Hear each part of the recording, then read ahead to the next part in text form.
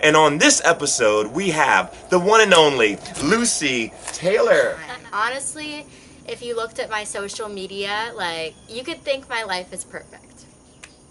And I do have these blessings and I do have these opportunities, but I also do face struggles every day with anxiety and ADD. For this presentation, I'd like to focus in on ADD because I feel as if it's a mental illness that is underestimated, and a lot of the time for women, it's sometimes even unrecognized. So ADD stands for attention deficit disorder. It's a type of ADHD, and the symptoms can vary in terms of extremeness. But for me, what I've experienced from it is that it's hard for me to focus, and everyday mundane tasks can seem like the most overwhelming thing in the world for me. Like, for some reason, it just is overwhelming and scary, the thought of sometimes making a bed.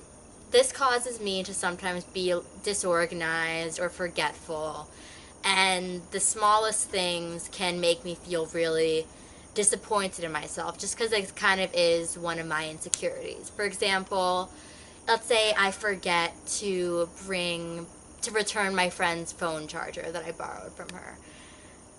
Sometimes, for some reason, I'll put it on my to-do list. I will set that phone charger out. I'll be like, I'm ready to give it back, but then I just end up forgetting. And then I feel so bad when I say I forgot, because I'm a hardworking person. I don't know. It's not like me I don't want my friend to think that, like, I'm disrespecting their stuff. Like, I just overthink it, and I look at it as a bigger thing than it is. And I just end up feeling that I'm hard on myself and guilty just because these kind of things happen to me on an everyday basis. And when it starts affecting other people, it's that extra feeling of guilt. However, in my life, I've learned that my ADD has also been a blessing in disguise. And I've learned so much from having ADD. And I want to share 5 lessons with you guys that I've learned that I feel like can help anyone, for if they have ADD or not. But I'd like to share some stories that can help explain these lessons. So my first lesson is, if there is a will, there is a way. I promise you guys, there have been so many times in my life where I've had the will to do something. I've just had to find my own way of succeeding in it. For example, school. School was hard for me because it was hard to focus in class. You know, I would just be in there in my daydreams, entertaining myself, not really paying attention in class just because of all the distractions given. But I had the will to be a good student. And so I had to find my way, and I had to go to extra help and learn from the teacher one-on-one, because that was an environment that I could focus in, or I would go home and watch videos on YouTube to learn about the subjects, because I still wanted to get good grades on the test. I still got good grades on the test, you know. I was a good student. I am a good student. It's just that I have my own way of getting there, and that's okay. We all have different strengths and weaknesses. This goes into the next lesson, that there's no time to dwell on things you can't control. And this is something that I've been kind of having to remind myself in a lot of situations, but I've been teaching myself how to kind of reassure myself of this. For example, like, about a few weeks ago, there were a bunch of girls in the living room, and they asked me if I wanted to watch a movie with them. And I felt a little nervous already, because sometimes if I'm not really in the mood to watch a movie, and it was a movie that I haven't seen, like, I know sometimes it can be hard for me to focus on it if I'm not really interested in watching that movie. But I felt bad. I didn't think that they would think, I didn't want them to think that I didn't want to hang out with them. So I sat and I watched the movie for a little bit. But while I was watching, I was just, I got upset because I was sitting there and I couldn't focus. I had like about a million thoughts like popping out of my head. But here were these girls who were just sitting there watching the movie, laughing at the jokes, getting into the characters, and honestly, I was jealous because I wanted to be able to do that in this moment, but I just couldn't. And so there was this moment where I just felt really bad and really overwhelmed and upset that I couldn't do this right now. But then I realized that that's okay. I don't need to watch a movie right now. It's really not a big deal. Like, so I went upstairs and I wrote a poem, something that I know I could do, something that I know I'm good at. And I said to myself, hey, maybe they're watching this movie right now, but I'm here writing this poem. And it reassured myself that it's really not such a big deal that I'm making of it. And I just realized that we all have our own strengths and weaknesses, so there's no time to focus on the weaknesses. The third lesson that I want to share with you guys is to replace judgment with empathy.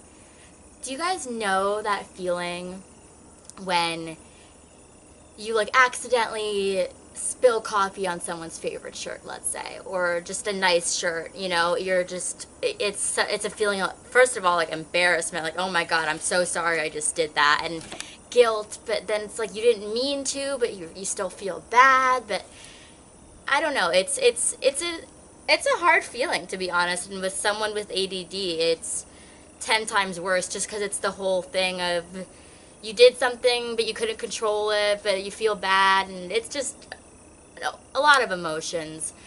But what I'm getting at from this is when you're that person that gets coffee spilt on, or, you know, whatever situation, reassure that person that you know it wasn't their fault, that it's okay, and I promise you that person, all they can do at the end of the day is offer to buy you a new shirt or offer to pay for dry cleaning, but there's just no time to make that person feel bad for what they did, because there was no guilty mind. They didn't mean to do something bad, you know?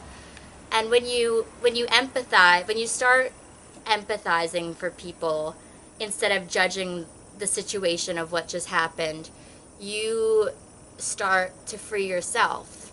This comes on to the next lesson, that when you stop judging yourself, when you stop judging other people, you start freeing yourself from being judged.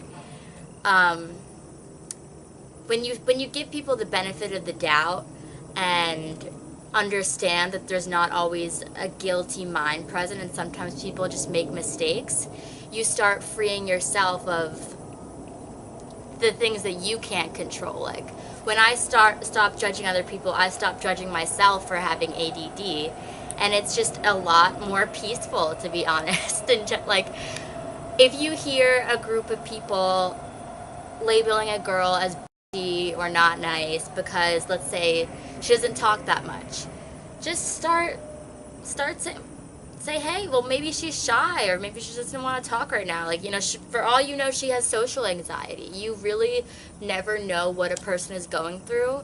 And if we just start realizing that they're not always so much, there doesn't have to be so much maliciousness attached to everything.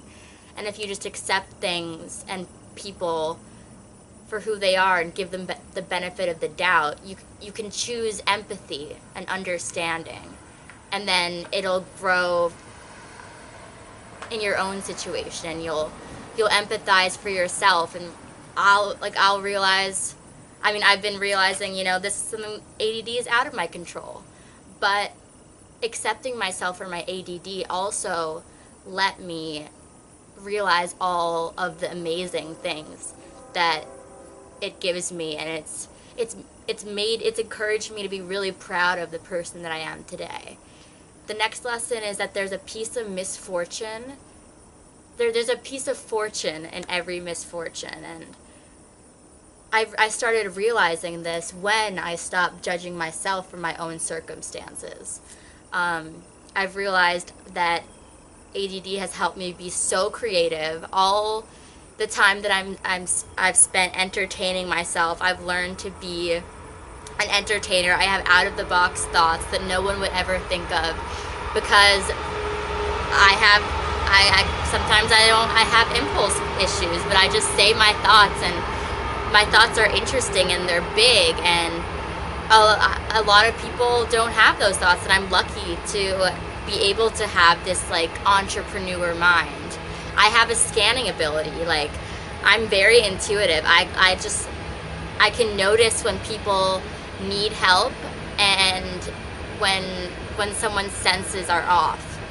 And this has also made me really hype people up, because I know that little bit of extra encouragement can do so much and go such a long way. And I know that I know that I don't really judge that much, because I know that in those moments, let's say where I left those girls in the living room watching TV, I know that I would have appreciated a benefit of the doubt, and not that I don't want to hang out with them, it's just that I just don't want to watch TV right now, you know? Like, there doesn't always have to be so much negativity added towards it. So not learning to judge my ADD has really helped me to not judge myself and to not judge other people. And it's really let me see that it is a blessing in disguise. I hope that this little presentation has encouraged you guys to stop judging yourselves for your own circumstances and to never stop doing you. I know I'm gonna never stop doing me, and we should just all embrace it. Thank you. I want to let you guys know that if you stop judging other people, free yourself from being judged, and then you can dance. First, let's reach up.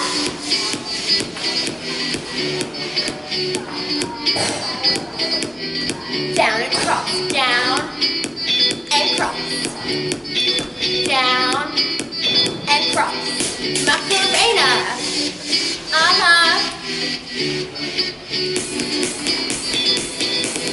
Shake it up.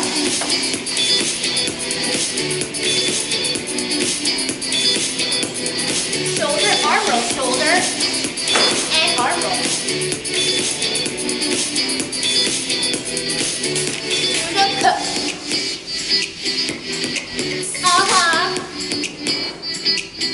Now, let's brush and flip.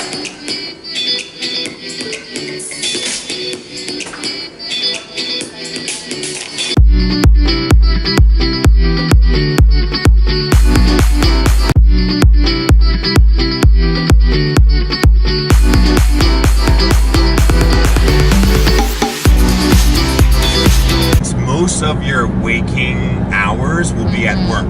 Like, Exactly. You know what I'm saying? So you want to try to choose a career that you're gonna that you really love. You know? Yeah, and you want to be passionate about it. Like, You want to like enjoy your life and exactly.